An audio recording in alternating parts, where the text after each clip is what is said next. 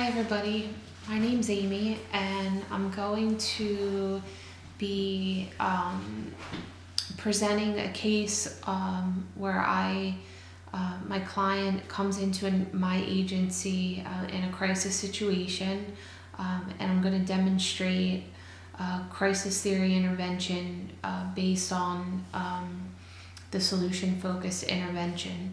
Essentially, in crisis theory intervention, you can't use a crisis intervention by itself. There isn't one. We know that from the reading. You have to, it has to be based on another theory, and the theory that I'm going to use is solution-focused. So by way of background, my client is a 14-year-old Latino boy. His name is Enrique. My role play here, and he's been referred to my agency, which is community based. He's 14 years old. He recently immigrated to the United States within the last 2 years. He's having some pretty serious difficulties at school. He's been truant in the recent weeks. He's had some physical altercations with several students in the recent weeks, and he's failing all of his classes. There's been some problems with the school getting in touch with his parents. He lives with his mom and his stepfather, and he has a couple of siblings. He has an older sister. Neither of his parents speaks English in any manner of fluency, so that's been a problem for the school. So really the point of contact is his older sister, who's only about 3 or 4 years older than he is. He's been referred to the agency for some intervention, and the reason why it's a crisis situation is because the stepfather, really with this last call from the school, has reached his wit's end and is threatening to throw Enrique out of the house. So he's going to come to me, and I'm going to see how I can help him navigate this crisis situation. And I hope to demonstrate some social worker skills through the crisis theory intervention, again from a solution-focused framework, and point him in the direction of resources in his community and family by focusing on strengths that he already has, and also help him express some painful emotions that he's experiencing, because that's also a key component to crisis intervention. Is helping clients to express painful feelings. And also another, what's really important in crisis intervention, in the social worker client relationship, is to establish a rapid connection with the client. And because the intervention is really rather, it's quick. So the relationship between the two of us, I have to let him know that I accept him, and he has to feel that. I have to show empathy, and he has to be able to feel that, and I have to provide verbal reassurance, and I have to, he has to understand that. So, and it has to, we don't have time, we don't have a long period of time for that to happen. So he's in this crisis situation. He's afraid he's not going to have a home. He's having all these problems at school. So, and the pressure's on. We've got to come in and help this young man try to sort out all these emotions and these very real problems that are going on in his life, and see if we can get him focused. We got to sort out the emotions so that he can focus on what's going on, get him some resources and some support so that he can get grounded in his life. So that's what I hope to kind of demonstrate in this rather short intervention, in this short video. And just real quick, the purpose of in crisis intervention is once you help clients express themselves and express their pain, the intention behind that is to then, help clients see that they have strength and they can focus on that. You focus on that strength, on the strengths that they do have, so that then you can then point the client in the direction of the resources that are there, and hope that they grab onto those resources. And that's how we express and we move into a hopeful, we can then, share that hope with our clients. So that's what I hope to demonstrate here with Enrique. So without further ado, we'll move into our therapy session with Enrique. So Enrique, my name's Amy, and I thank you so much for coming in and being willing to talk to me today. I know these aren't the best circumstances, and you've probably talked to a lot of people recently, but just wanted to let you know that I'm glad that you came in today, and we're here to help, and in any way that we can. And I know that I guess the primary reason that you're here today, your biggest concern probably is the situation with your dad. Saying that you have to leave the house. So I just want to let you know that we're here to listen and talk, and just wanted to let you know that I understood that's the problem as I understand it to be, but I'll give you an opportunity to elaborate on that or explain to me what you really think the problem is. First of all, he's not my dad, he's my stepdad. Okay. It seems like we don't understand each other.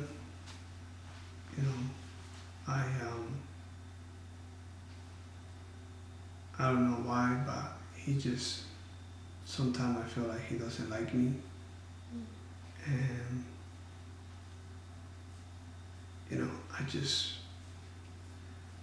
I just wish that he goes away, to be honest. But, I know that's not going to happen. And it made me sad because, there's always chaos in the house between him and me. And I miss my country, I miss my friends.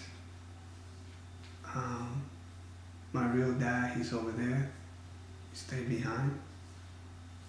So, I think that's part of the problem. He's throwing me out of the house. I really don't understand why he's doing that, but, so, he gets really angry. I believe he got a phone call from the school that I was caught in class. And that is true, but, there's a lot behind that I don't know what it is. So maybe coming here today, you could help me figure that out. I'm scared, but at the same time, I'm angry too, because I feel that this thing should not be happening. And, I feel like if I would have stayed back home, none of this would have been going on. I feel strange in a strange place, to be honest. Was there a time, was it okay if I ask you a question? Yes. Was there a time that you can remember in school where you were doing better than you are now with your classes? I was doing better when I first came. Okay. Then I started having problems in school too. You know, like I was having problems with kids picking on me because, you know, I'm an outsider.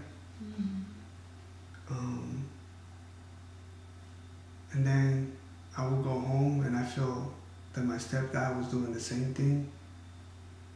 So that's why, you know, like the time that I was in school, it's like I used that time as an opportunity not to go to school and be away from everything and everyone. Wow. I didn't think of the consequences. So, when you was it when you first came that you felt you were doing pretty well in school? Mm-hmm. So, would you say it wasn't that you were having difficulty, or the desire was there? You have a desire to do well in school. Maybe it's just this issue of not feeling there's a place for you to fit necessarily.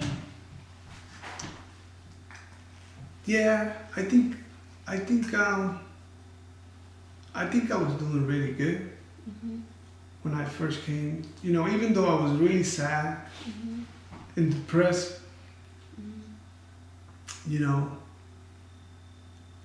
coming to a strange place doesn't feel good. And even though I had my sister and, you know, my mom and stepfather, at some point, you know, even though I had their support, but they were not with me in school. So I was doing really good, you know, and Mr. Gonzalez, I guess she mostly identified with me because I'm Latino. So she was always being nice to me. And I have her the first year that I was there, you know, like the first semester, I could say. But then, you know, when you change grade, you move to different classes, so you don't have the same teacher. So I think that really did it for me. Like I didn't have that support in school anymore. Even though she would check on me periodically. So you did well with Mrs. Gonzalez. Yeah. Okay, so that would have been like 6th grade. So she was somebody that you had all year. Yeah. Do you have any friends at school? Yes and no. You know, I don't know if I should call them friends, you know, because when I first came, I didn't speak any English. So this kid, they were picking on me, they were stepping on my sneakers and, you know, and saying, you know, like, oh, you're wearing cheap sneakers, stuff like that. So I didn't understand what they were telling me. But, you know, and one day, one of those kids asked me if I wanted to fight. So I didn't know what he was asking me. And I said, yes. I thought he was saying I wanted to play. So all those guys, that, you know, that they said that my friend, at reset time, they said, oh, you got to fight this kid now. And I said, what are you talking about in Spanish? And they said, well, you told him that you're going to fight him. And I said, no, I didn't. And he said, that's what I mean. And I was like, I was scared. I was like, oh, man, now I want to get in trouble. My mom is going to get upset. My stepdad is going to kill me. But I knew that I had to do what I needed to do. So I fought the kid at lunchtime outside the school. I reset. And I was winning the fight, and all of a sudden, like 6 of the kids' friends jump on me, and they were all hitting me, and the people that were my friend, they all run away. So now I'm fighting all these people, and I run away too. That must have been terrifying. Of course it was. You know, it was. You know, it was terrifying since the beginning. You know, when it was really cold, people, those same kids, they would come and hit me on my ears. You know, so, you know, so here I am. You know, having all this problem in school, and then I go home and I just be reprimanded for, you know, stuff that I was supposed to do that I didn't do, like take the trash out and this and that. Mm-hmm. So, you know. Well, you mentioned earlier, you said your mom and your sister. You kind of mentioned them as like a support. Was I right? Did I hear that right? Yeah, I could say that. You know, you could say that.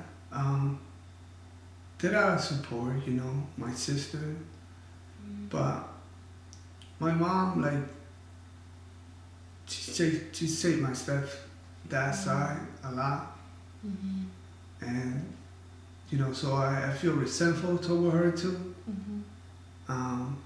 And then I look at my sister, and even though she's like on my side and all this, then I look at her and I'm like, why she's not seeing the same thing that I'm seeing? Why she's not feeling the same thing that I'm feeling?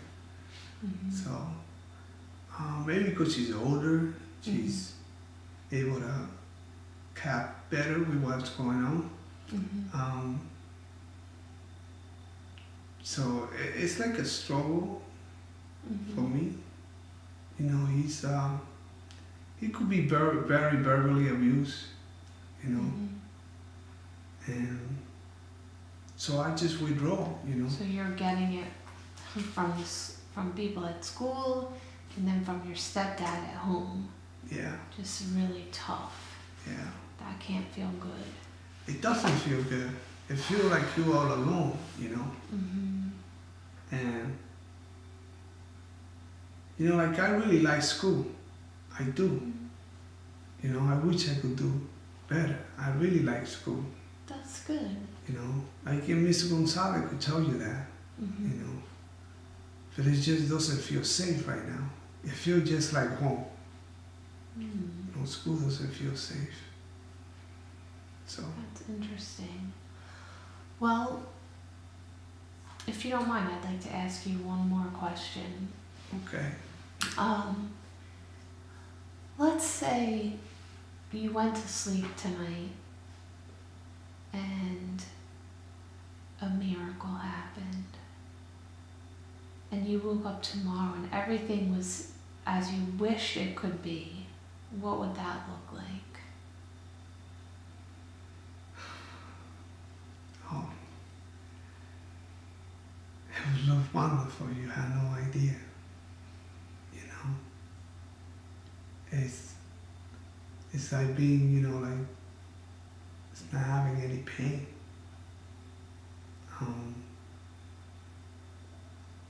It will be the greatest thing ever. What do you think school would look like? School will be a place to go. School will be a place to be fun to go. Mm-hmm. You know, Mm-hmm. not having that fear that I have right now. Mm-hmm.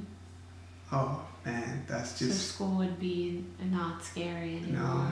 school will be great because I could do the things that I want to do. Mm-hmm. You know, that would be awesome. That would be something amazing. Okay. So I don't want to put words in your mouth.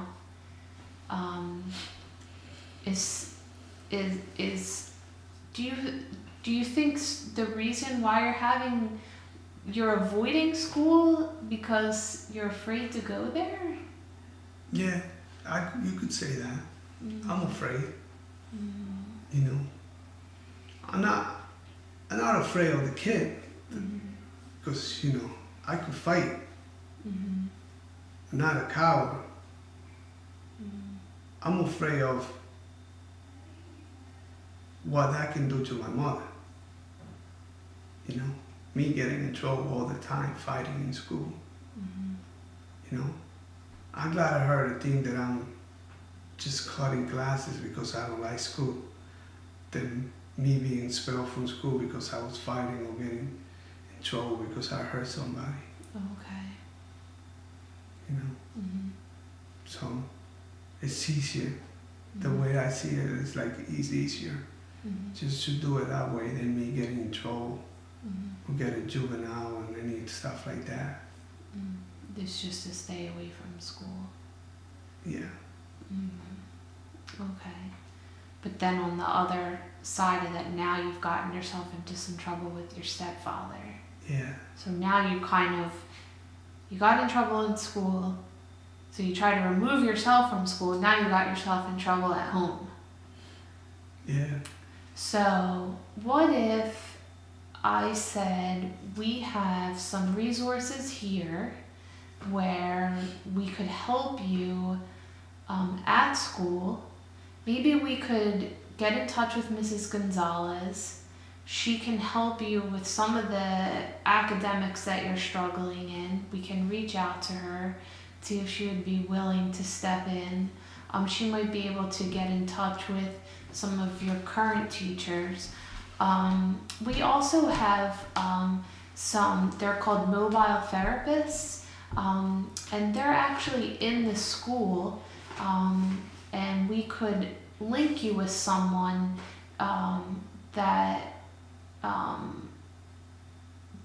matches your personality, that you would feel comfortable with. Might be a younger gentleman that could accompany you at school for a while till you get more comfortable in your school and kind of getting back into that routine. And till school feels like a more safe place to be. And so that you can focus on your studies. And somebody to talk to about this feeling afraid and feeling alone, feeling like an outsider. Maybe somebody that's been there before. That's one resource for you. Another potential resource for you would be your sister, because I think that just from conversations with the school, she's really been the point person or the person in your family so far that the school's been talking to, and your sister really loves you. So I think maybe your sister could be, if you're open to it, you don't have to give an answer now, but your sister could be someone that maybe we could bring in to talk to be like a partner for you at home, to work on that relationship between you and your stepdad and your mom, so you feel less alone when you're at home, to kind of help you navigate that. And we also have mobile therapists that go into our clients' homes, and they help our clients to work through those problems, so you would feel less alone at home, and they could help you, work through those problems that you're having with your stepdad, and kind of help him and you to work through those difficulties that you're having. But I think maybe once you can kind of get a hold on the situation at school, and we can have somebody go and work with you with your dad and your stepdad, and just have a discussion and see that, kind of sit down and have a talk and explain that this is really how you're really feeling. Communication is really just kind of talking about how we feel, and that person can help you to do that. And the hope is that, that can help to settle things down and bring, a level of calm for you in both of those places. And you can still come to the agency and talk one-on-one, but you'll have a person with you, like your own personal champion, to go with you throughout your day until you feel strong. If that's something you want to do. Do I need to answer that? Well, you don't have to answer right now, but it's... I think maybe I really don't want to get my sister involved, Mhm. you know. Maybe the mobile, The mobile therapist. if Mhm. somebody could come to the house, like, Mhm. that would be better. Yeah. And maybe, I don't want like somebody with me in school, like follow me around or. Well, there's therapists in the school that you Okay. can go and talk to. They don't necessarily have to walk around with you, but it's a person that's there, Okay. that's in the school that you can touch base with, and you will have that safety net to know that you're not Okay. alone. And Okay. then you can you'll check in with us, you know, on a regular basis. So you'll have the support that you need.